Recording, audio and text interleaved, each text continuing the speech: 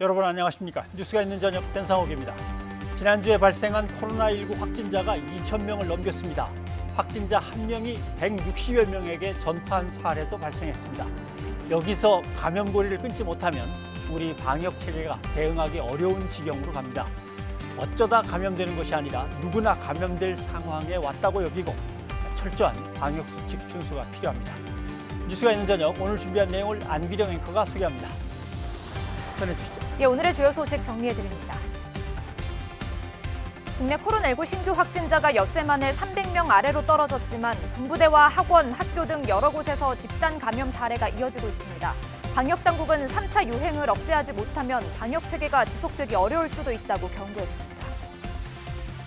내일부터 수도권의 사회적 거리두기 2단계가 시행되고 서울시는 연말까지를 1,000만 시민 긴급 멈춤 기간으로 선포했습니다. 코로나19 확산세 전문가와 살펴보겠습니다.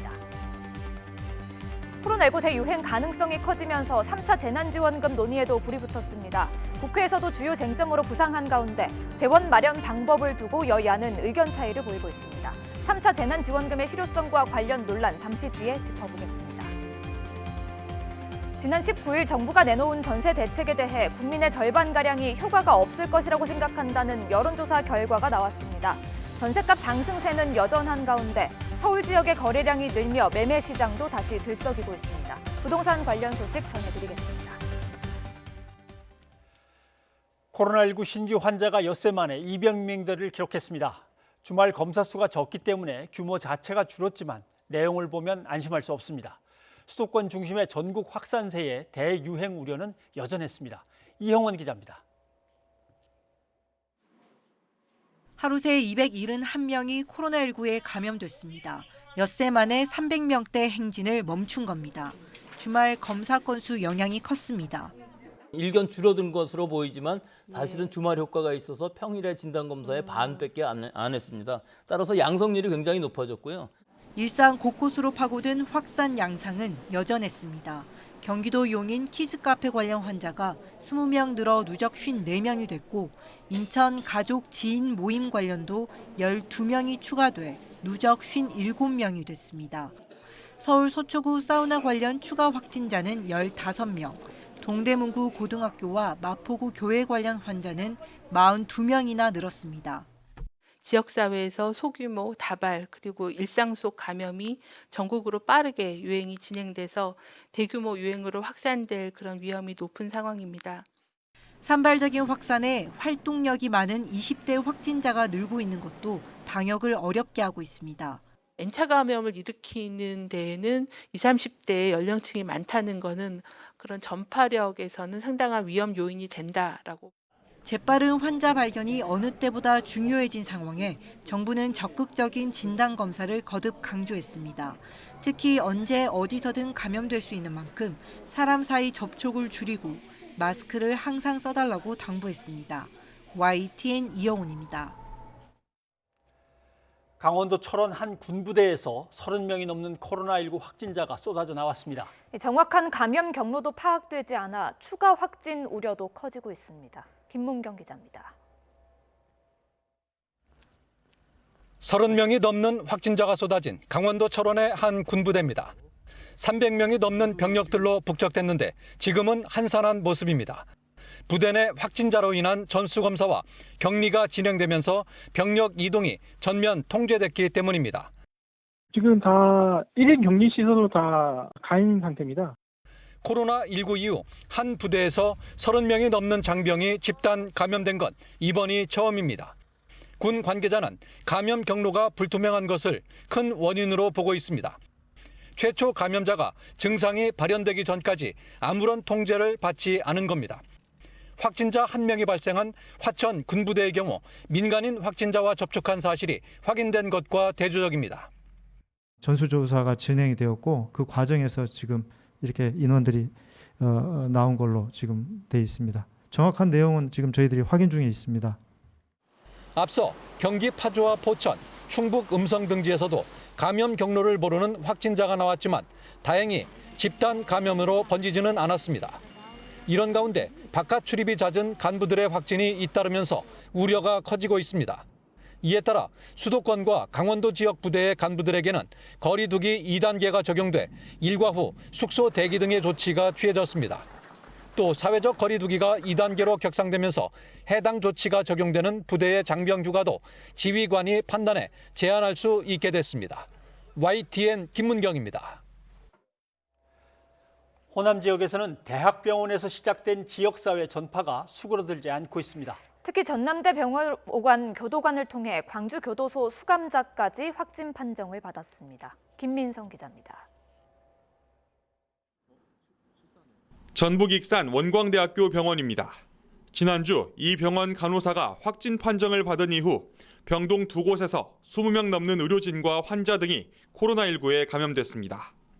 간호사가 들른 음식점 등 병원 밖에서도 10명 넘는 확진자가 나왔습니다. 병원 내의 감염 확진자는 현재 관리 체계 내에서의 확진이라고 하는 것을 말씀을 드립니다. 병원 밖의 상황이 더 우려스러운 상황이기도 합니다. 광주 전남대병원은 확진자가 다수 나온 본원 1동 병실 전체가 동일 집단, 즉 코호트 격리 중입니다. 지난 13일 신경외과 전공의가 확진된 이후 의료진과 환자, 입주업체 종사자 등 모두 60여 명이 확진됐습니다. 병원은 추가 확산을 막기 위해 전화 상담 뒤 약을 처방하는 비대면 외래 진료를 시작했습니다. 응급실 운영과 대면 진료는 확산세가 잠잠해진 뒤에 재개하기로 했습니다.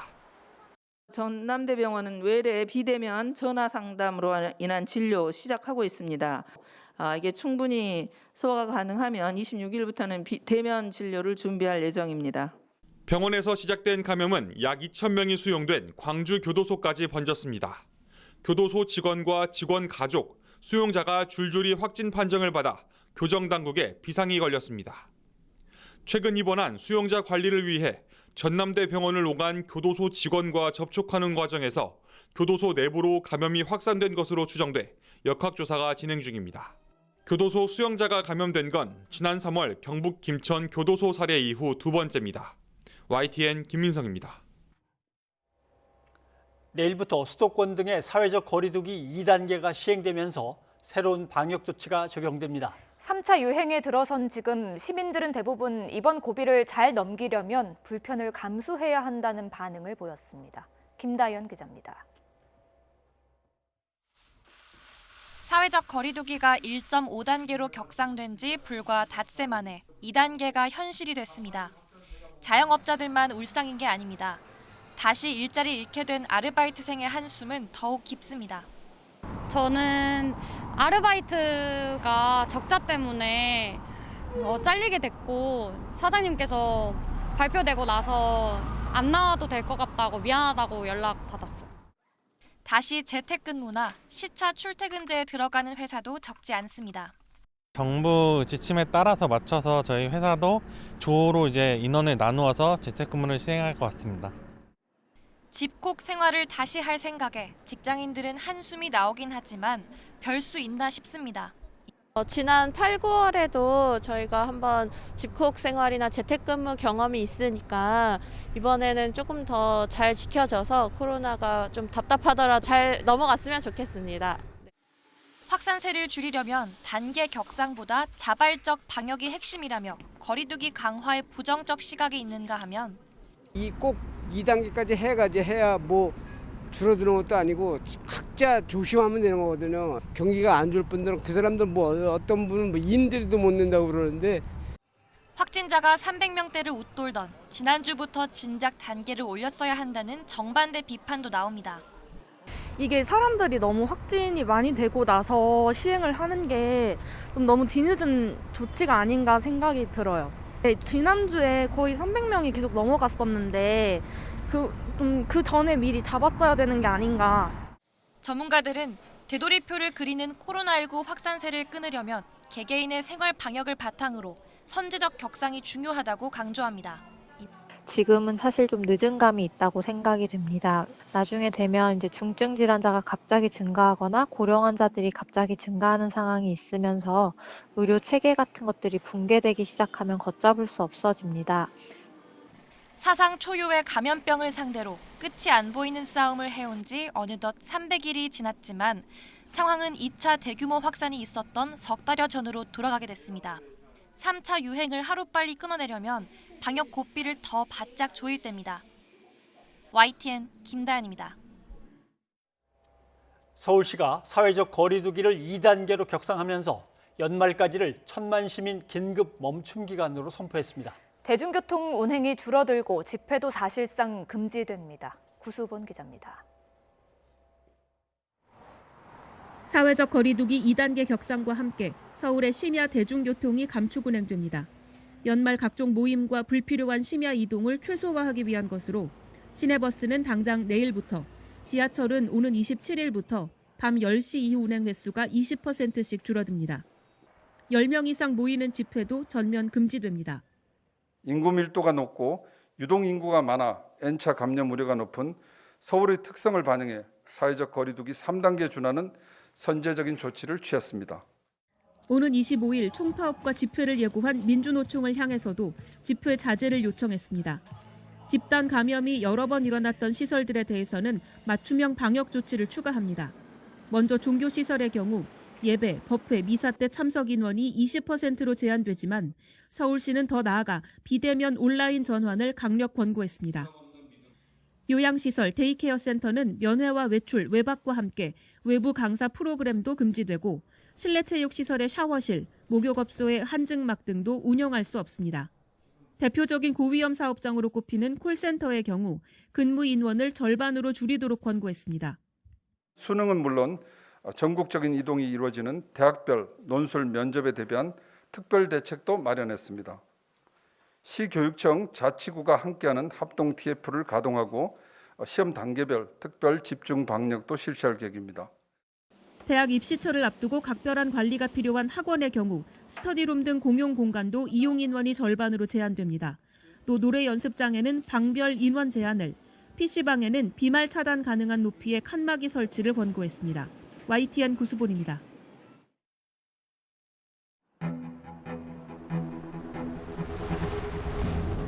확진을 받은 수험생은 부득이하지만 시험을 보지 못하도록 하였고요.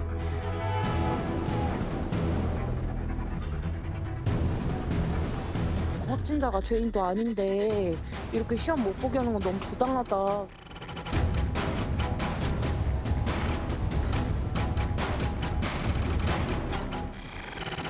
지금까지 준비했던 철저한 방역 점검과 또 최악의 경우까지 대비해서 별도의 시험장들을 다 준비를 하고 있습니다. 12월 3일 예정된 수능일은 변함없이 수능을 잘 치를 수 있도록 저희는 그렇게 준비하고 있다는 말씀드립니다.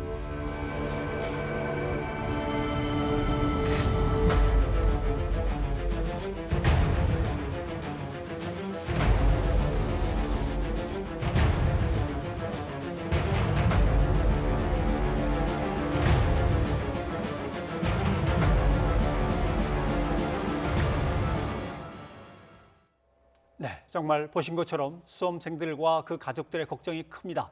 대학 수학능력 시험을 불과 열흘 남겨놓고 서울의 한 고등학교와 관련된 확진자가 70명 넘게 나왔습니다. 곳곳에서 확진자가 속출하며 등교를 중지하는 학교도 늘고 있습니다. 김지환 기자입니다.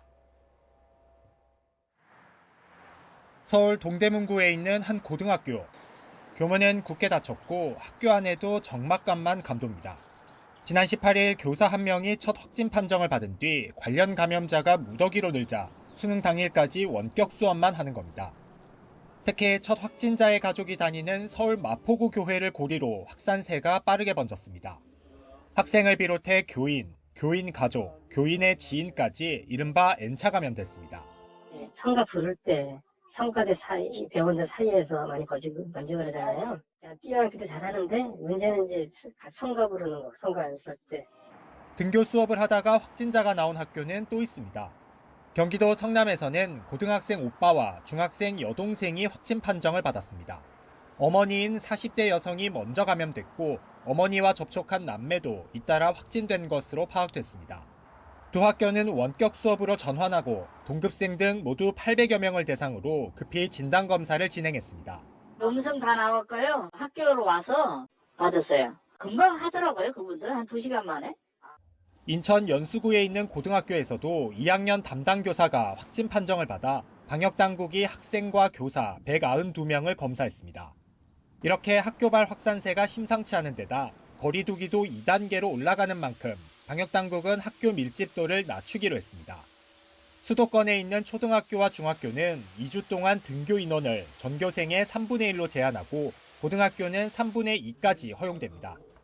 또한 열흘 정도 남은 수능을 생각한다면 열심히 입시를 준비한 우리 학생들을 위해 한시라도 빨리 감염 확산을 억제할 필요성이 있습니다.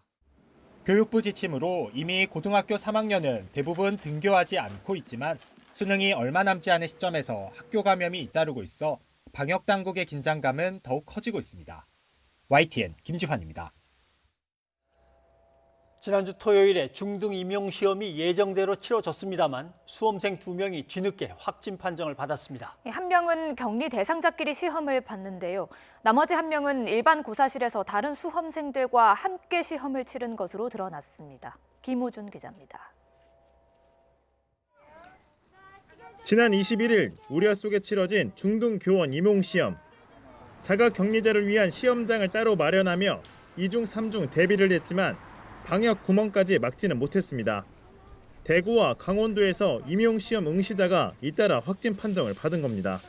확진자가 시험 봤던 시험장에 같이 시험 봤던 사람들에 대해서는 접촉자 조사와 관리가 진행되고 있고, 대구 확진자는 시험 하루 전 집단 감염자가 속출한 노량진 학원 수강생인 것으로 확인됐습니다. 자가격리 대상자로 별도 건물서 시험을 봤는데 시험을 마치자마자 확진 판정 통보를 받았습니다. 시험 감독관 한 분이 있잖아요, 그죠? 그분은 이제 같이 옆에 있다고 해서 2명은 일단 그래도 자가격리 대상으로 들어갔고요. 문제는 강원도에서 확진 판정을 받은 수험생. 검사 대상자라는 통보를 시험이 끝난 뒤 받아 별도 격리 없이 일반 고사실에서 시험을 본 겁니다. 그 사람이 시험 본 게 1층인데요. 1층에서 시험 본 사람이 52명, 시험 운영 요원이 80명, 132명은 전부 검사 대상이고요. 전문가들은 밀접 접촉자 대상자와 코로나19 검사 결과가 완전히 나오지 않은 상황에서 시험을 치러 허점이 있을 수밖에 없다고 지적합니다.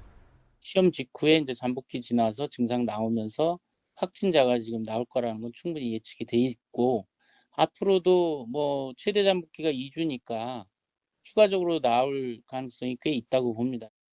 노량진 임용고시 학원 관련 확진자는 지난 18일 첫 환자가 나온 지 닷새 만에 80명을 넘어섰습니다.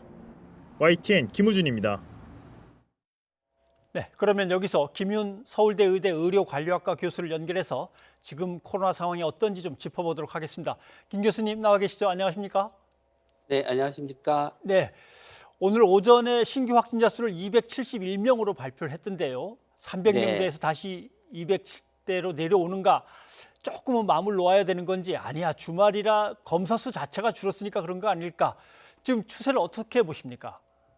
예, 말씀하신 것처럼 이제 지난 일요일 검사 건수가 평소에 한 3분의 2 정도 수준이었기 때문에 271명으로 줄긴 했지만 안심할 수는 없는 상황인 것 같습니다. 아무래도 내일 모레 한 이틀 정도는 환자 발생 숫자를 좀 더 지켜봐야 앞으로 어떻게 될 건지를 좀 알 수 있을 것 같습니다. 네. 아마도 짐작컨대는 지난 목요일 1.5단계로 정부가 사회적 거리두기 단계를 격상했기 때문에 이번 주 목요일까지는 확진자 수가 계속해서 증가 추세를 유지하지 않을까 싶습니다. 예, 알겠습니다. 방역 당국도 그렇고 전문가분들도 그렇고 이번 유행은 지난 1차, 2차보다 훨씬 더 위험할 거다 이렇게 강조를 하시는 것 같습니다. 어떤 점이 다른 겁니까? 1, 2차 유행은 뭐 신천지를 교회를 중심으로 한 대규모 감염, 2차는 사랑제일교회와 광화문 집회를 중심으로 한 대규모 감염으로 많은 수의 환자가 발생했었는데요.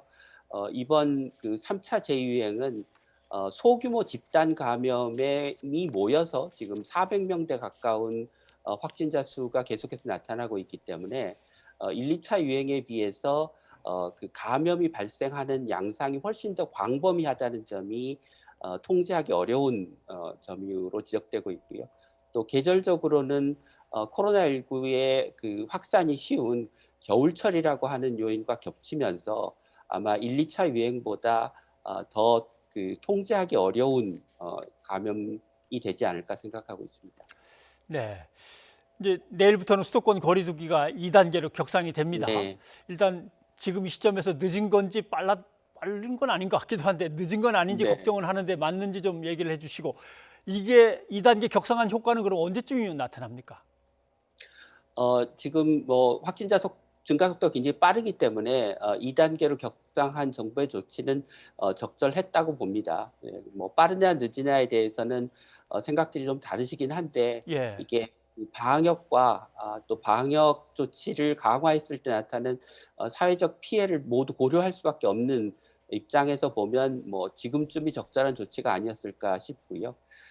대개 코로나19의 잠복기가 최대는 한 2주 정도 되지만 대개 대다수의 환자는 1주 이내에 나타나기 때문에 요번 화요일 날 2단계로 격상을 하면 다음 주 화요일쯤에 아마 효과가 나타나지 않을까 싶습니다. 그런데 이 국민들이 오랜 기간 동안의 그 사회적 거리두기 등의 방역으로 좀 지쳐 있고 소상공인들이 또 오랫동안 영업을 제대로 하지 못해서 한계에 도달해 있는 등의 조건 등을 고려하면 봄이나 여름처럼 그렇게 사회적 거리두기의 효과가 잘 나타날지는 좀 의문입니다. 예.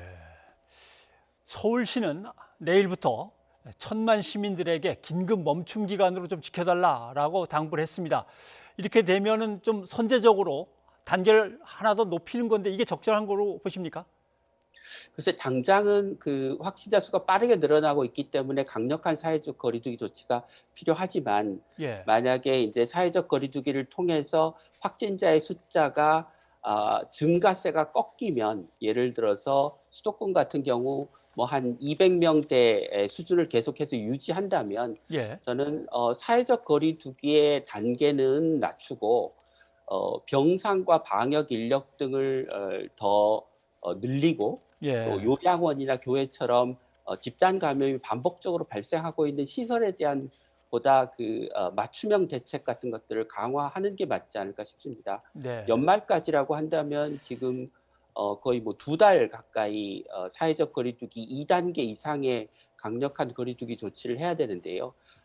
국민들의 피로감, 소상공인의 피해 이런 것들이 견뎌낼 수 있는 수준일지 좀 의문입니다. 네. 앞에서 중등 임용고사를 치르면서도 2명의 확진자가 뒤늦게 발견되어서 좀 비상이 걸린 얘기를 했습니다만 네. 이제 수능이 닥쳐오고 있습니다. 이 수능은 뭐 얼마나 더 큰 위험이 도사리고 있을지 걱정인데 어떤 조치들이 필요한 겁니까? 전반적으로 사회에서의 감염의 수준을 낮추는 게 중요하니까 지금 정부가 취한 2단계 사회적 거리두기 조치를 모든 국민이 좀 잘 지키고 그다음에 방역 당국도 이런 지침들이 잘 지켜질 수 있도록 지도와 감시를 철저하게 해야 될 필요가 있을 것 같고요. 수능생들은 가능한 한 지금 외부에 광범위한 무증상 감염자들이 깔려 있는 상황이기 때문에 사회적인 접촉을 최소화하는 게 좋을 것 같습니다. 그래서 예. 가능하면 집에서 수능 시험을 마무리하시는 게 안전하지 않을까 싶습니다. 네, 뭐 외신들의 보도를 보면 미국 같은 경우는 12월 중순 넘어서면 뭐 백신을 맞을 수 있지 않을까 하고 영국 같으면 네. 12월 들어서자마자 백신을 뭐 사용하겠다 이런 얘기도 들리는데 우리는 내년 4월이나 6월 뭐 이런 얘기가 나오고요. 그래서 네. 국민들은 걱정이 많습니다. 다 마음 놓고 충분히 확보해서 백신을 맞을 수 있는 걸까? 안전한 걸까? 보시기엔 어떤가요? 예, 백신이 효과와 함께 부작용을 검증하는 대규모 3상 임상 시험 과정을 거쳤고 예. 또 그 과정에서 어떤 부작용이 있는지를 전문가들이 별도의 위원회를 만들어서 독립적으로 검증을 계속 해왔고 또 혹시 그 과정에서 발견되지 못한 부작용이 있다고 하더라도 이제 뭐 미국이나 유럽을 중심으로 해서 대규모 접종이 이루어지면 그 이후에 한 2달 이상 정도의 부작용 모니터링 기간이 있으면 백신의 부작용은 대부분 아마 나타날 거라고 생각을 하고 있습니다. 그래서 우리나라에서 내년 4월쯤에 접종을 할 때는 부작용에 대한 어떤 큰 걱정 없이 아마 맞지 않을 수 있을까 생각합니다. 알겠습니다. 서울대의대 김윤 교수님, 오늘 도움 말씀 고맙습니다. 네, 고맙습니다. 사회적 거리두기 2단계 격상 결정으로 자영업자들은 또 깊은 한숨을 내쉬고 있습니다. 유흥시설은 영업이 금지되고 노래방은 밤 9시 이후 영업 중단, 그리고 식당은 9시 이후 포장과 배달만 허용됩니다. 걱정에 휩싸인 업주들을 신준명 기자가 만나봤습니다. 제가 나와 있는 이곳은 서울 마포구의 먹자골목입니다. 퇴근 시간 이후 직장인을 상대로 장사하는 음식점들이 대부분인데 사회적 거리두기 2단계 조치로 이젠 밤 9시 이후엔 영업을 할 수 없게 됐습니다. 음식점은 배달만 가능합니다. 하지만 즉석에서 고기를 구워 먹는 고깃집은 그마저도 어려워 눈물을 머금고 밤에는 문을 닫기로 했습니다. 이제 9시 이후에 안 된다 그러니까 이제 오시는 분들도 드시다가 중간에 가셔야 되는 입장이니까 그날 벌어서 그게 그날 생활비가 되는 이제 거의 그 수준인 경우가 우리나라 자영업자가 많은데 문을 닫으라고 하는 거는 굴물한 얘기밖에 안 되는 거거든요. 지난달 12일 1단계가 되면서 영업을 재개했던 노래방. 최근 들어서야 밤에도 손님이 서너 명 찾기 시작했는데 또 들려온 격상 소식이 야속하기만 합니다. 밤새도록 해도 한두 팀인데 9시 전에는 뭐 거의 없거든요. 한 달간 뭐 예를 들었을 때 한두 팀 있을까 말까인데 실질적으로 저희한테는 영업을 하지 말라는. 유흥시설은 또 문을 닫게 됐습니다. 지난달 중순까지 50일 넘게 문을 닫았던 단란주점 업주는 가게를 내놨습니다. 하지만 사려는 사람이 없어 4개월째 밀린 월세도 어쩌지 못하고 있습니다. 뭔 대책을 세워주고 나서 저희 보고 닫으라고 해야지. 그냥 무조건 코로나가 환자가 많이 나오니까 니들 닫아. 저희가 먹고 사는 거 니들이 알아서 먹고 살아. 이게 말이 됩니까? 끝없이 길어지는 코로나19 사태로 방역과 생계 사이에 놓인 자영업자들의 그늘은 깊어져만 가고 있습니다. YTN 신준명입니다. 수도권 거리두기 단계가 격상되면서 정부가 여행 숙박 할인 쿠폰 발급을 다시 중단했습니다. 활기를 되찾는 듯 보였던 숙박과 여행 업계는 예약 취소가 잇따르지 않을까 노심초사하고 있습니다. 차유정 기자입니다. 코로나19가 재확산하고 수도권 거리두기 단계가 격상되면서 외출과 이동을 자제하는 분위기가 다시 확산하고 있습니다. 방역당국은 소비 심리를 되살리려고 지난달 말부터 재개했던 숙박 여행 할인 쿠폰 발행을 다시 중단했습니다. 1,100여 개 여행 상품에 대해 30% 깎아주는 여행 할인권과 최대 4만 원까지 할인해 주었던 숙박 쿠폰 발급도 무기한 중단했습니다. 향후 재개 시점에 대해선 아직은 기약 없는 상황입니다. 코로나19가 한때 잠잠해지는 듯하며 연말 회복을 잔뜩 기대했던 여행업계는 침울한 분위기입니다. 최근 다수 여행사가 해외여행이 불가능해진 이후 국내 여행 사업에 매달렸는데 그마저도 수요 위축이 불가피해졌기 때문입니다. 최근에 다시 이제 확진자가 늘면서 사회적 거리두기를 강화하고 있는 어떤 상황인 것 같습니다. 그래서 한편으로는 상당히 좀 우려스러운 부분은 없지 않은 것 같고요. 사실 이제 그 지원의 어떤 한계성에 도달하고 있는 상황이어서 여행업체들은 상당히 이제 위기에 봉착해 있는 건 사실이고요. 호텔 등 숙박업계는 예약 취소 사태가 다시 벌어지지 않을까 노심초사하고 있습니다. 서울 시내 호텔들은 투숙률이 지난 5, 6월 10%대로 떨어졌다가 호캉스 이용객이 늘며 주말 투숙률이 40%대까지 회복한 것으로 알려졌습니다. 하지만 거리두기 단계가 격상되면 레스토랑이나 피트니스 센터 같은 시설 이용에 제한이 생기기 때문에 예약 취소가 잇따를 가능성이 있습니다. 연말 여행이나 모임을 계획했던 고객분들에게도 영향이 있을 것으로 예상하고 있습니다. 호텔에서는 정부 지침에 적극적으로 협조해서 일부 업장의 운영 방식을 변경하고 여행 숙박업계 통틀어 코로나19에 따른 관광업계 피해 규모는 약 9조 원에 달합니다. 중견 여행사들에선 이미 대량 희망 퇴직이 잇따르고 있고 대형 여행사들도 무급 휴직을 연장하며 겨우겨우 버티고 있습니다. 기약 없는 영업 중단에 들어간 호텔업계는 고용유지 지원금마저 점차 끊기면서 연말부터 대량 구조조정 우려가 커지고 있습니다. YTN 차유정입니다. 연말 성수기를 맞아서 기대감에 차있던 문화계는 2단계 격상에 다시 꽁꽁 얼어붙었습니다. 객석은 뛰어앉기가 강화되고 영화관은 음식물의 섭취도 금지되면서 춥고 힘든 겨울을 맞이하게 됐습니다. 김선희 기자입니다. 사회적 거리두기 2단계에서 가장 타격이 큰 분야는 대중음악 콘서트입니다. 좌석 뛰어앉기 여부와 관계없이 아예 100명 이상 공연이 금지되기 때문입니다. 이미 1.5단계에서 미스터트롯 콘서트와 노을, 자우림 등의 콘서트가 취소됐습니다.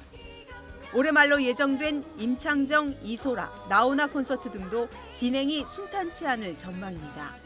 오픈을 언제 하든 어쨌든 준비는 계속 하고 있는 거거든요.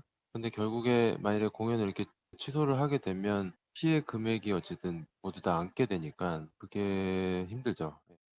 뮤지컬 캐츠, 노트르담 드 파리, 고스트, 몬테크리스토 등 뮤지컬 대작들의 공연도 꽁꽁 얼어붙었습니다. 1.5단계로 티켓을 재오픈한 지 며칠 만에 또다시 2단계로 격상되면서 아직 상황 정리가 되지 않아 갈팡질팡하는 업체도 적지 않습니다.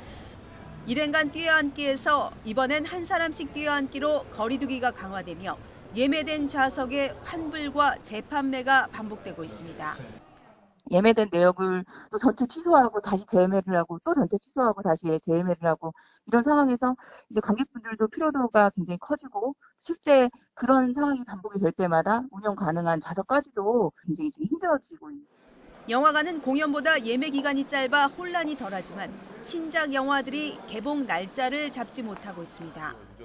다음 달에 영화 서복과 인생은 아름다워, 조제가 예정돼 있지만 조제를 제외하고 정확한 시기를 정하지 못했습니다. 2단계에서는 한 사람씩 뛰어앉아야 하고 상영관 내 음식물 섭취도 금지되는데 무엇보다 심리적인 부담감이 더 클 것으로 보고 있습니다.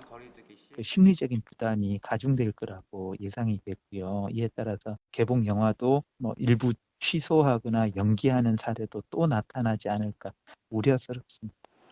연말 성수기를 앞두고 서서히 활기를 띠던 공연과 대중문화계는 2단계 격상으로 다시 혼란에 빠진 분위기입니다. YTN 김선입니다. 네, 코로나19 심각하죠. 19일 기사입니다. 1.5단계가 무슨 필요가 있냐? 바로 2단계로 가버리지. 그런데 같은 언론이 사흘 뒤에는 또 이렇게 보도를 합니다. 2단계 격상? 아유, 1.5단계 올린 지 얼마나 됐다고 또 2단계로 올라가냐? 네, 언제는 이거라더니 또 이제는 이거라고 하면 도대체 어쩌자는 거냐? 그러나 사실 어떻게 보면 조일 때가 있고 또 풀어야 할 때가 있으니까 두 내용 다 일리가 있습니다. 무조건 한 가지로만 몰고 갈 수는 없죠. 그러면 발생적 오류가 생깁니다. 상황과 조건이 변화했는데도 불구하고 이전에는 이거라고 했으니까 계속 그걸로 가자 그러면 논리적 오류가 생기는 겁니다. 늘 같다고만 해도 오류가 생기는 겁니다. 그 대신 언론은 거리두기를 강화하되 자영업자들의 피해는 이렇게 보완해 나갑시다라고 상황을 좀 종합적으로 보여줘야 됩니다. 그걸 보도의 전체성이라고 합니다. 자, 이런 거는 어떤 경우일까요? 보시죠. 김종인 위원장, 아무튼 정부가 방역을 완전히 실패해버려갖고 3차 유행이 시작됐어 라고 얘기를 합니다. 코로나19의 확산과 관련된 변수는 늘 여러 가지가 복합적으로 작용합니다. 한번 보시죠. 역학과 정책으로 나눠도 여러 가지가 있는데 이 중에서 딱 요거 방역 정책이 실패해서 그래. 여러 가지 이유가 뒤엉켜서 작용하는데 하나만 똑 떼어다 가져다 붙이고 이걸로 몰아가는 것을 정치에서는 정파적인 공세라고 그러고 통계 분석에서는 이걸 다중 공선성의 오류라고 합니다. 좀 복잡한 얘기입니다만은 여러 가지 요인이 서로 얽혀 있는데 단순화시키거나 하나만 강조할 때 발생하는 오류죠. 이런 오류를 말하는 사람만 저지르는 게 아니라 베껴 쓰는 언론도 늘 저지르게 되는 겁니다. 전상욱의 앵커 리포트였습니다.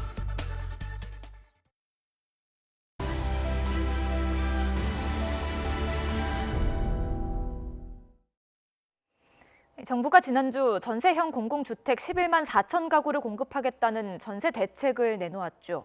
YTN이 리얼미터에 의뢰해 이번 대책의 효과가 어떨지 물었는데요. 응답자의 절반가량은 효과가 없을 것이라고 답했습니다. 김현우 기자입니다. 서울 73주, 수도권 67주 연속 상승. 끝물을 전셋값 상승세에 장구를 거듭하던 정부가 공공임대 방식의 대책을 내놨습니다. 정부는 전세 수요의 매매 전환, 유동성 공급 등의 수요 관리형 전세 대책은 가능한 한 배제하고 주택 재고 총량을 증가시키는 방식으로 임대주택 공급 확충에 주력하였습니다. 전세난 해결을 위해 정부가 내놓은 공공주택은 내후년까지 모두 11만 4천 가구. YTN이 리얼미터에 의뢰해 이런 전세 대책 효과에 대해 물었더니 응답자의 절반 이상은 효과가 없을 것이라고 답했습니다. 효과가 있을 것이란 의견은 39%로 나타났습니다. 지역별로 보면 인천, 경기와 대구, 경북, 대전, 세종, 부산 등에서는 전세 대책 효과에 대해 부정적인 여론이 더 많았습니다. 반대로 광주와 제주 지역에서는 전세 대책 효과에 대해 긍정적으로 보는 여론이 우세했습니다. 전세난이 극심한 서울은 긍정과 부정 여론이 팽팽히 맞섰습니다. 전 연령층을 통틀어 전세 대책에 대한 부정 여론이 긍정 여론보다 더 우세했습니다. 30대와 70세 이상에서 전세 대책 효과에 대해 부정적 의견이 강했습니다. 이념 성향에 따라서도 응답이 갈렸습니다. 보수 성향자 10명 가운데 7명 정도는 전세 대책에 부정적이었고 진보 성향자의 68%가량은 긍정적으로 평가했습니다. 이번 조사는 지난 20일 전국 만 18세 이상 성인 남녀 500명을 대상으로 무선과 유선, 자동응답 방식으로 실시했으며 표본 오차는 95% 신뢰 수준에서 플러스 마이너스 4.4%포인트입니다. YTN 김현우입니다. 네, 국민 여론조사 결과를 봤습니다만 정부 전세 대책의 효과는 일단 시장 상황을 좀 지켜봐야겠지만 전셋값 상승세는 여전합니다. 서울 지역의 거래량이 늘며 매매 시장도 다시 들썩이고 있습니다. 보도에 이지은 기자입니다. 1,600여 세대가 있는 서울 서초구의 고가 아파트 단지입니다. 이달 중순 이곳의 전용 면적 84제곱미터 크기 전세가 처음으로 20억 원에 계약됐습니다. 2달 만에 무려 6억 원이나 올랐습니다. 새 임대차법 시행과 저금리 장기화 등이 겹치면서 전셋값 상승세가 이어지고 있습니다. 고가 전세의 경우 매물은 부족한데 갭투자 수요는 여전하다 보니 전세가가 올라가고 있는 겁니다. 임대차 3법 이후로 전세 물량이 풍기 현상이어서 전세 금액이 일단 올라갔고요. 그다음에 매수하시는 입장에서는 매도인이 전세 금액을 많이 알아주면 갭 차이가 줄어들기 때문에 전세 금액이 높은 매매 거래량 많이 일어나고 있습니다. 치솟는 전셋값은 또다시 매매값을 자극할 조짐을 보이고 있습니다. 지난달 서울 아파트 거래량은 4천 건을 넘어서면서 한 달 전보다 6%가량 증가했습니다. 서울 아파트 거래량이 증가세로 전환한 것은 4개월 만입니다. 전세 품귀 현상과 가격급 등이 서울 외곽을 중심으로 매수세를 부추기는 것으로 풀이됩니다. 이른바 노도강으로 불리는 노원과 도봉, 강북구의 아파트 매매량이 급증했습니다. 전문가들은 전세난에 지친 수요가 매매로 돌아서며 또다시 집값을 자극할 수 있다고 진단합니다. 특히 공공임대 중심의 전세 대책이 당장 급한 불을 끌지도 미지수입니다. 공급을 11만 4천 호를 하더라도 혹은 내년 상반기에 땡겨서 4만 호 정도를 하더라도 사실 지금 전세를 구하시는 분들한테는 크게 의미가 없다는 거죠. 지금 이사를 해야 되니까요. 전세난 여파로 집값 상승폭이 커질 경우 관망세로 돌아섰던 대기 수요까지 자극할 수 있다는 우려가 나오고 있습니다. YTN 이준입니다. 코로나19 3차 유행으로 접어들면서 정치권에서는 재난지원금 추가 지급 논의에 불이 붙었습니다. 하지만 이번에도 재원 마련 방법을 두고 여야의 해법이 다릅니다. 국민의힘은 내년도 정부 예산에 당장 반영하라고 촉구하고 나섰습니다. 하지만 여당은 현실적으로 불가능하다며 피해 규모를 봐가며 추경을 편성해야 한다는 입장입니다. 부장원 기자입니다. 이달 초만 해도 추가 재난지원금은 없다는 게 정부 입장이었습니다. 올해에만 이미 4차례 추경을 실시해 재정 건전성이 급속히 나빠졌다는 겁니다. 예산안에는 그런 내용이 포함되지 않았기 때문에 이제 정부가 3차 재난지원금에 대해서 다른 의견을 내는 것은 적절치 않다.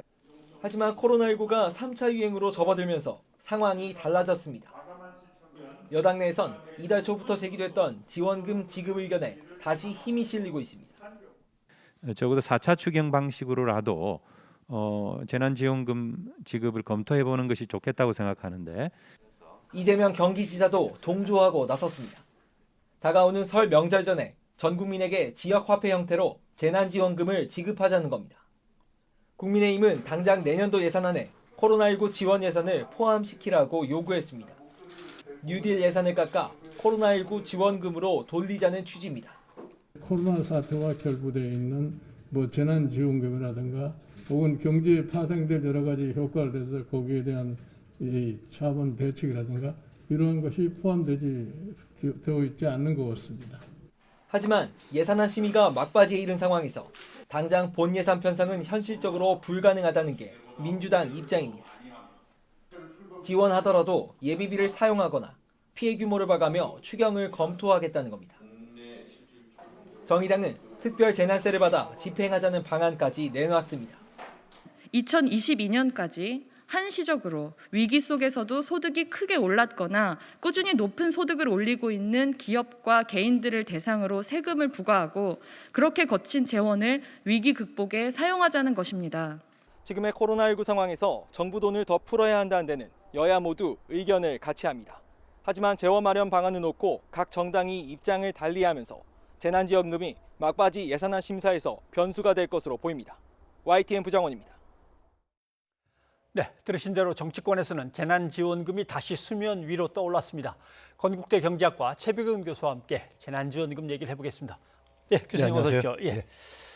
자, 1차, 2차 때 효과가 어느 정도 있었는지, 그럼 근데 코로나19 상황이 나아진 게 전혀 없기 때문에 3차를 하긴 해야 되는 건지 어떻습니까? 지금 상황이요. 예. 상황이 우리가 2차 때 그러니까 1차 때 지원했을 때 그러니까 4월 달, 5월 달. 예. 이 상황보다 사실 코로나 지금 확산은 더 지금 나쁜 상황입니다. 예. 나쁜 상황이고 잘들 아시다시피 미국이나 유럽에서는 지금 지역에 따라서 락다운까지도 이렇게 가고 있고요. 예. 그러면 이제 이런 상황 속에서 지금 우리나라 자영업자들도 굉장히 지금 경계가 힘이 굉장히 지금 연말에 대개 이제 내수든 아니면 수출이든 간에 좀 이게 특수가 있는 때인데요. 네. 오히려 정반대로 상황이 될 수 있는 이런 상황이고요. 근데 저는 이렇게 생각합니다. 우리가 1차, 2차를 그러니까 다른 방식으로 실험을 해봤는데 굉장히 좋은 저는 실험을 했다고 생각해요. 물론 비용은 좀 들어갔지만은 그러면 이제 저는 정책은 굉장히 과학이 돼야 된다고 생각하는 사람입니다. 그러니까 지금 상황은 우리가 과거에 겪어보지 못했던 상황이기 때문에 본인이 평상시에 갖고 있던 신념을 가지고 계속 고집할 문제가 아니라 우리가 1차, 2차 한번 실험을 해봤고 그 결과를 토대로 해가지고 정책을 그러니까 우리가 설계를 해야 된다고 생각이 들고요. 제가 한 가지만 이제 예를 들면 이런 겁니다. 우리가 이제 K 방역의 효과로 그러니까는 경제 성장을 굉장히 우리가 추락하는 걸 선방했다는 얘기를 많이 했잖아요. 그래서 2분기 때만 하더라도 우리나라하고 다른 나라하고 격차가 굉장히 컸습니다. 그러니까 우리나라가 추락은 조금만 하고 다른 유럽이나 미국 국가들은 두 자릿수로 성장률이 떨어지고 그러면서요. 그래서 예를 들면 이제 미국하고 우리나라하고 한 7.8%포인트 정도 차이가 났었어요. 근데 3분기 되면서요. 미국하고 한국이 1%포인트로 줄어들었어요. 그러니까 지금 무슨 얘기냐면은 우리는 2분기 때 굉장히 OECD에서 1등을 하고 3분기 때는 꼴찌를 했어요. 그 얘기는 결국은 뭐냐면은 우리가 재난지원금이 실제로 우리가 데이터를 분석해 보면은 여기에 많이 영향을 미쳤고요. 그러면 우리가 지금 상황 속에서 그러니까 우리가 어떤 정책을 우리가 써야 되는지는 대충 이제 방향이 보이는데요. 우리가 선별을 할 때 가장 이제 우리가 이 주장했던 근거가 사실은 좀 어려운 사람한테 조금 더 두텁게 하자는 거잖아요. 근데 그 정반대의 결과가 나왔어요. 지금까지는요. 앞으로도 그러니까 더 그 효과는 남아있는 부분이 있지만은 예를 들면 이런 겁니다. 2분기 때 4, 5, 6월 달에는 전체 가계 소득이 다 증가했어요. 지난 1년 전에 비해서요. 그런데 3분기에는 하위 50% 소득은 줄어들고요. 상위 50%는 오히려 늘고요. 어려운 사람한테 줬는데. 그렇죠. 어려운 사람을 목표로 얘기는 했죠. 그런데 사실 선별이라는 것이 한번 기억을 해보세요. 선별 어떤 사람들한테 선별을 했냐면요. 자, 그러니까 자영업자들 중에서 소득이 좀 줄어든 사람들한테 해서 100만 원에서 200만 원까지 해줬었어요. 그렇죠. 근데 그 당시에 그 소득이 줄어든 것을 기준으로 했지 소득이 많고 적고는 일단 고려하지 않았습니다. 그다음에 또 한 가지는 뭐냐면은 우리가 가장 어려운 사람들이 되게 누구냐면은 기초생활수급자라든가 차상위 계층 이런 사람들이잖아요. 이런 사람들은 소득의 변화가 없다고 해서 안 줬습니다. 그렇죠? 거기다 뭐냐면 이제 아동 돌봄 이런 이제 그러니까 또 이제 이런 그 부담이 증가했다 해가지고 초등학교 중학생들에 대해서 또 일부 지원해 줬잖아요. 근데 이런 사람들 이런 아동을 자녀를 갖고 있는 사람 중에서 중상층도 꽤 있을 수가 있단 말이에요. 예. 그렇죠? 그러니까 이게 선별이라는 것이 사실은 선별 기준을 만들다 보면은요 여기저기 그러니까 이제 맞춤형으로 만들다 보면은 그 선별의 이 기준을 통일적으로 만들기 굉장히 힘듭니다. 예. 그러다 보니까는 결과적으로 볼 때는 그러니까는 소위 어려운 사람한테 혜택이 가기보다는 소위 말해서 그러니까는 상위층 소득자들이 예. 오히려 그러니까는 그 혜택을 보는 이런 역설적인 결과를 만들었다는 얘기죠. 알겠습니다. 근데 두 번째 재난지원금의 효과는 충분히 이제 다 나온 겁니까? 아직 꽤 남았다고 보십니까? 아직 남았죠. 남기는요. 남긴 남았는데 문제는 뭐냐면은 이게 지금 그 일부가 지금 나타나고 있는 거거든요. 예. 나타나고 있는데 예를 들어서 이제 이런 겁니다. 그 지금 되게 이제 경향성을 보게 되면은 나중에 추후에도 이게 지금 확인할 수 있다는 게 제가 그래서 미리 말씀을 드린 게 선별을 했는데 예. 선별에 우리가 하면서 되게 내세웠던 주장은 어려운 사람한테 그러니까 두텁게 하자는 건데 내용을 들여다 보면은 어려운 거하고 반드시 관계가 없었더라 이거예요. 예? 그리고 실제로 어려운 사람은 그러니까는 별로 지원을 안 받은 경우도 많이 있고요. 예. 그래서 우리가 보게 되면은 오히려 전 국민한테 지원했을 때 소득 분배도요. 하위 30%가 가장 높게 증가했고요. 예. 8.1%나 증가했고 상위 30%는 3.3%뿐이 안 증가했어요. 그러니까 소득 분배도 개선이 많이 됐고요. 예. 그러다 보니까 나타난 게 뭐냐면은 우리가 저소득층이 되게 소비 성향이 높잖아요. 예. 그러다 보니까 소비 지출 증가가 2분기 때는 나타났고요. 3분기 때는 소비 지출은 마이너스가 됐어요. 아까 제가 얘기했듯이 2분기 때는 우리가 OECD에서 1등한 이유가요. 수출이 곤두박질 쳤었어요, 당시에요. 예. 마이너스 20% 이상 예. 떨어졌기 때문에요. 근데 그거를 유일하게 방어한 게 가계 소비였던 거예요. 가계 소비 가계 소비로. 지출이요. 근데 선진 국가들은 당시에 막 봉쇄, 격리 차단하면서 소비까지 죽어버렸죠. 그렇죠. 그래서 이제 두 자릿수로 이제 폭락했던 예. 것이고요. 3분기 때는 수출은 굉장히 많이 잘 늘었습니다. 됐죠. 예. 근데 그때 이제 민간 소비는 근데 오히려 마이너스 후퇴를 합니다. 왜 그러냐면요. 돈을 지원하는 방식에 있어서도 1차 때는 소멸성 그러니까 이 저걸로 지역화표를 주다 보니까는 이게 돈이 순환한 거예요. 동거예요. 근데 3차 때는 현금을 줬거든요. 예. 그러니까 이게 뭐냐 받아가지고 건물주한테 주게 되면은 이게 저축으로 들어가면서 돈이 안 돈 거죠. 네, 알겠습니다. 자, 그렇다면 전 국민한테 다시 다 주는 걸로 한번 이제 가정을 하고 돈이 문제입니다. 근데 지금 예산은 아마 각 상임위원회 예산 심사는 거의 끝나고 이제 예산결산 특별위원회로 넘어가서 삭감 심사하고 있을 텐데 본 예산에 이제라도 집어넣을 수 있는 건지 좀 어렵지 않겠습니까? 아니 이게 예산 항목 이게 이 예산은요. 이건 뭐 특별하게 검토할 게 있는 게 아니라 이미 우리가 우리가 두 차례 해봤잖아요. 예. 해봤기 때문에 경험을 가지고 있는 것이고요. 금액만 그러니까는 예. 돈만 그러니까 재원을 확보하면 되는 건데 지금 나오는 얘기가 몇 가지가 나오고 있죠. 예. 그래서 하나는 그러니까 가장 과한 것은 뭐냐면 국채 발행할 수도 있는 거예요. 근데 그렇게 했을 때 국가 부채 비율이요. 제가 계산해 봤어요. 예. 0.3에서 0.4% 정도뿐이 안 증가합니다. 예. GDP 대비요. 예. 그다음에 이제 우리가 보다 이제 바람직한 방법은 제가 이제 1차 때도 얘기했던 거지만은 재정이 걱정되면은 내년도 이제 그러니까 우리가 소득 이제 종합소득세 신고할 때 소득이 이제 고소득자이면서 증가한 사람들에 대해서는 환수하자 이거예요. 예? 환수할 수도 있고요. 아까 이제 그러니까 정의당 같은 데서 뭐 그러니까 저기 저 특별 재난 무슨 이런 거 세금을 걷자 이렇게 했듯이 그렇게 해도 되는 거고요. 그다음에 뭐 세 번째는 그러니까 뭐 예비비를 그러니까 갖다가 당겨서 할 수 있으면 편성을 할 의지만 있으면 할 수 있다 이거예요. 편성할 의지만 있으면요. 근데 가능한 한 그러니까는 이 선별 지급을 할 때부터 그때부터 계속해서 뭐라고 했냐면 그 입장들은 뭐냐면 홍남기 부총리는 연초부터 계속해서 재난지원금 지급은 없다. 전 국민한테 주는 건 더 이상 없다. 뭐 이런 식으로 계속 못 박아놓다 보니까 자기 스스로 족쇄를 채워놓다 보니까는 운신의 폭이 좁아져가지고 자꾸만 그러다 보니까 정책을 굉장히 유연하게 운용을 못하는 이런 이제 지금 상황으로 벌어지고 있는 겁니다. 예. 지금 여당은 이제 와서 언제 좀 있으면 본회의 열어갖고 통과시켜야 되는데 시간도 없는데 그 다음에 국채 발행하려면은 그거는 내년에 가서 논의를 다시 해가지고 정부가 그건 안을 내야 되는데 뭐 아무튼 이유는 많습니다만 의지만 있으면 작은 방법은 있을 거란 말씀이거든요. 그렇죠. 근데 만약에 지금 안 하고 상황이 나빠진 다음에 그러면요. 내년 초에 가서 또 추경을 해야 되는데 새해 시작하자마자 추경을 얘기할 겁니까? 아니면 추경은 우리가 가능한 안 하고 본 예산에 대비하는 게 정석이지요. 필요하면요. 그렇죠? 그러니까 의지만 있으면 정부에서 그러니까 제안을 하고 그걸 국회에서 그러니까는 그만큼 그러니까 금액만 더 그러니까 추가로 재원만 확보하면 되는 거예요. 재원 확보 방식은 많은 방식이 이미 나와 있고요. 알겠습니다. 근데 뭐 지금 제1야당인 국민의힘도 하자는 쪽이니까 그게 방법은 있겠군요. 그렇죠. 예, 그게 이제 알겠습니다. 그러니까 야당도 지금 동의하는 상황 속에서 야당이 그렇게 하는 이유는요. 국민들이 지금 그러니까 그걸 원하는 것을 지금 이제 그러니까 읽었기 때문에 하는 거예요. 알겠습니다. 오늘 여기까지 듣도록 하겠습니다. 최 교수님 고맙습니다. 네, 감사합니다.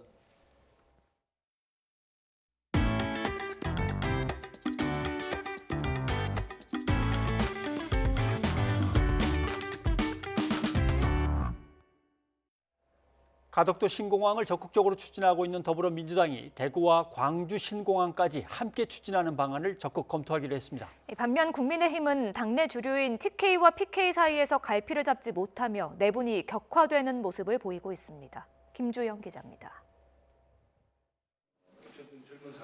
더불어민주당은 이미 예고한 대로 가덕도 신공항 특별법을 이번 주 안에 발의하기로 했습니다. 앞서 국민의힘 부산 지역 의원을 중심으로 발의한 별도의 특별법에 대해서도 환영 입장을 공식적으로 밝혔습니다. 민주당은 더 나아가 야권으로부터 논의가 시작된 대구 신공항과 지지 기반인 광주 신공항 특별법도 함께 검토 작업에 들어갔습니다. 또한 대구 신공항 특별법, 광주공항 이전 특별법에 대해서도 여야가 지혜를 모아 조속히 협의 처리하기를 바랍니다. 야권발 제안을 수용하는 모양새를 취하고 있지만 결국 선거를 겨냥한 포석이라는 분석이 가능합니다. 부산과 대구, 광주라는 지역적인 상징성을 고려한다면 내년 보궐선거는 물론 그 이후 대선에까지 영향을 미칠 수밖에 없습니다. 국민의힘은 더욱 복잡하게 꼬여가고 있습니다. 가덕도 신공항 지원에 나서려고 하니 전통적 지지 기반인 TK 지역 의원들이 강하게 반발하고 대구까지 합쳐서 추진하려니 집권 여당 정책을 쫓아가는 모양새이기 때문입니다. 일단 정부의 김해 신공항 취소 결정에 대해 검증부터 하자며 당 안팎 여론의 눈치를 보고 있습니다. 국토부가 그 계획이 변경되었는지 안 되었는지부터 입장을 밝혀야 하고 그다음에 검증위원회의 검증 내용에 관해서 그 정확한 뜻이 무엇인지 먼저 검증이 되고 난 다음에 이런 입장을 계속 유지하기는 쉽지 않습니다. 대구 경북 지역 의원들이 계속 반발하는 가운데 부산 경남 지역 의원들이 가덕도 신공항에 적극적인 찬성 의사를 보이면서 당내 분란만 계속 표출되고 있기 때문입니다. 이러는 사이 표정관리에 들어간 건 바로 민주당입니다. 오거돈 전 시장의 성추행 사건으로 치러지는 내년 보궐선거에 귀책 사유가 있는데도 점점 가덕도 신공항이 블랙홀처럼 되고 있습니다. YTN 김주영입니다. 문재인 대통령이 새 주일 대사에 강창일 전 의원을 내정했습니다. 강 전 의원은 대표적인 일본통인데 때로는 우리 외교 정책에 쓴소리를 아끼지 않았습니다. 경색된 한일 관계를 적극적으로 풀어보겠다는 문 대통령의 의지가 엿보입니다. 한연희 기자입니다. 강창일 전 의원은 17, 18, 19, 20대 내리 4선 의원을 지내며 한일의원연맹 회장을 역임한 정치권의 대표적인 일본통입니다. 청와대는 주일 대사 내정 소식을 알리며 스가 내각 출범을 맞아 강 전 의원의 전문성과 네트워크를 바탕으로 경색된 한일 관계의 실타래를 풀 수 있길 기대한다고 밝혔습니다. 강 전 의원은 지난해 일본의 무역 보복 조치가 시작됐을 당시 당 의원총회 발언 도중 우리 정부 대응에도 쓴소리를 던졌습니다. 우리 정부도 좀 원칙과 명분에 집착하다 보니까 좀 시기를 놓쳐버린 부분이 있습니다. 여기에서 좀 이 정치 원칙과 명분만 주장하지 말고 정치로 해결할 걸 풀어나갔었어야 되는데. 발언 수위가 높아질 것을 염려한 이해찬 당시 당대표가 손가락 신호로 저지하는 모습이 포착되기도 했습니다. 이런 강 전 의원을 대일외교 최일선에 투입한 건 스가 내각 출범을 계기로 적극적으로 관계 개선 돌파구를 찾겠다는 문 대통령의 의지로 읽힙니다. 청와대 핵심 관계자 역시 이번에는 정통 외교관보다는 정치인 출신이 적합하다는 판단이 깔렸다고 확인했습니다. 지난해 8월 일본 수출 규제 이후 상황을 타개하고자 강 전 의원이 방일했을 당시에는 일본 자민당 실세인 니카이 간사장과의 면담조차 불발됐습니다. 하지만 지금은 정권 교체를 앞둔 바이든 미 대통령 당선인이 한미일 협력 체제를 강조할 것이란 전망이 지배적인 만큼 일본도 관계 개선에 호응하리란 기대감이 나옵니다. 대미 외교 지형이 변화하는 순간 노련한 일본통 정치인을 주일 대사 자리에 투입한 전략이 한일 관계 청신호로 이어질지 주목됩니다. YTN 한현입니다. 상대방의 동의 없이 성관계 상황을 녹음하면 영상을 촬영했을 때와 마찬가지로 성범죄로 처벌하도록 하는 법안이 발의됐는데요. 찬반 논란이 뜨겁습니다. 더불어민주당 강선우 의원이 최근 음성 녹음도 성범죄로 규정하고 처벌할 수 있도록 하는 성폭력 범죄처벌법 개정안을 대표 발의했는데요. 개정안은 성관계 상황을 몰래 녹음만 해도 3년 이하의 징역 또는 3천만 원 이하의 벌금에 처하고 영리 목적으로 배포하면 5년 이하의 징역에 처하는 내용 등을 담았습니다.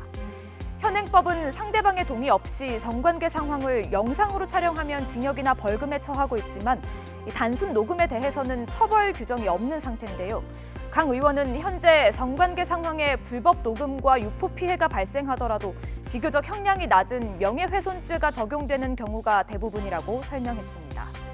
이어 성관계 상황을 몰래 녹음한 자료로 상대방을 협박하는 사례가 늘어나고 있다며 고통받는 피해자들이 줄어들기를 바란다고 강조했는데요. 그러면서 강 의원은 실제로 지난해 모텔에서 3년 동안 투숙객들의 성관계 상황을 녹음하다 적발된 40대 종업원 역시 비교적 가벼운 처벌을 받는 데 그쳤다고 전했습니다. 이런 가운데 현재 해당 법안이 게재된 국회 홈페이지 입법 예고 게시판에는 2만 건이 넘는 댓글이 달리는 등 온라인에서 찬반 논란이 확산하고 있습니다. 합의하에 성관계를 하고도 남성들이 무고를 당하는 경우가 많았다며 음성 녹음조차 처벌한다면 남성들은 무슨 방법으로 무고를 증명해야 하느냐는 반대 의견부터 지금까지 처벌받지 않았다는 것이 충격이다. 피해자를 보호하는 것이 우선이라며 성범죄의 사각지대를 막는 법인 만큼 찬성한다는 의견도 팽팽하게 맞서고 있습니다. 또 상호 동의 없는 녹음이 왜 허용돼야 하는지 모르겠다며 무고죄가 걱정된다면 합의하에 녹음하라는 댓글도 눈에 띄었는데요. 여러분은 어떻게 생각하십니까? 뉴스가 있는 저녁 안규령입니다.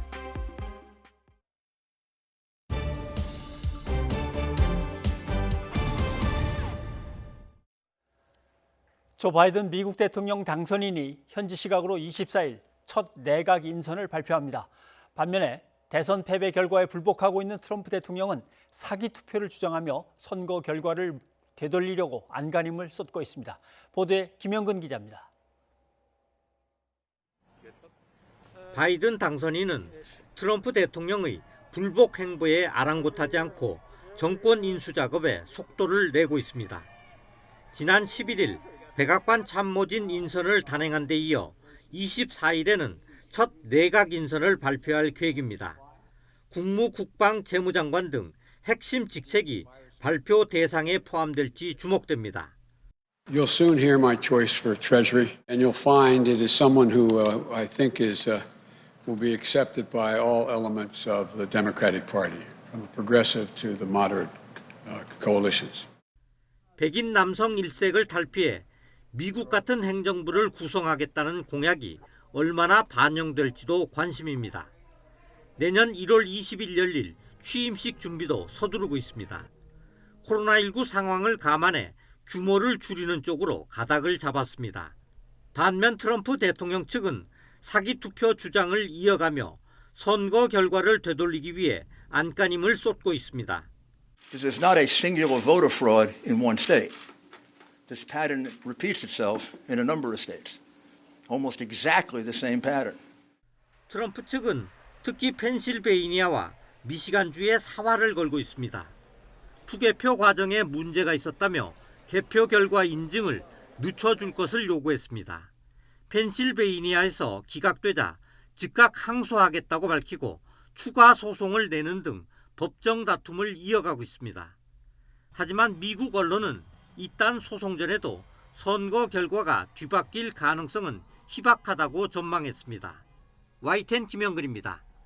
시청취자 여러분의 의견 소개해드립니다. 네, 코로나19의 재확산 때문에 거리두기를 강화했습니다. 2813님이 수능을 앞둔 수험생들이 걱정됩니다. 사회적 거리두기 2단계로 이번 걸로 확산세가 잡혔으면 합니다. 해줬고요. 예, 이어서 9330님, 모두가 지치고 힘들더라도 예방수칙과 지침 지켜야 합니다. 수험생들의 불안감 덜어주어야 합니다. 하셨습니다. 네, 2071님은 방역수칙을 잘 지켜서 나와 가족, 가까운 이웃과 동료를 안전하게 지킵시다. 해주셨습니다. 예, 여기까지 여러분의 의견 소개해드렸고요. 오늘은 북한이 연평도에 포격을 가하며 도발을 일으킨 지 10년이 되는 날입니다. 연평도 현지에서는 추모식이 거행됐습니다. 네, 그런 충돌과 갈등의 고비를 넘어서 여기까지는 왔습니다. 갈등이 다시 거슬러 올라가지 않게 10년 전과 같은 일들이 반복되지 않기를 간절히 바랍니다. 그때 희생된 두 해병의 조국을 위한 헌신을 기억하면서 이들의 희생이 헛되지 않도록 해야겠습니다. 저희는 내일 다시 찾아뵙겠습니다. 여러분 고맙습니다.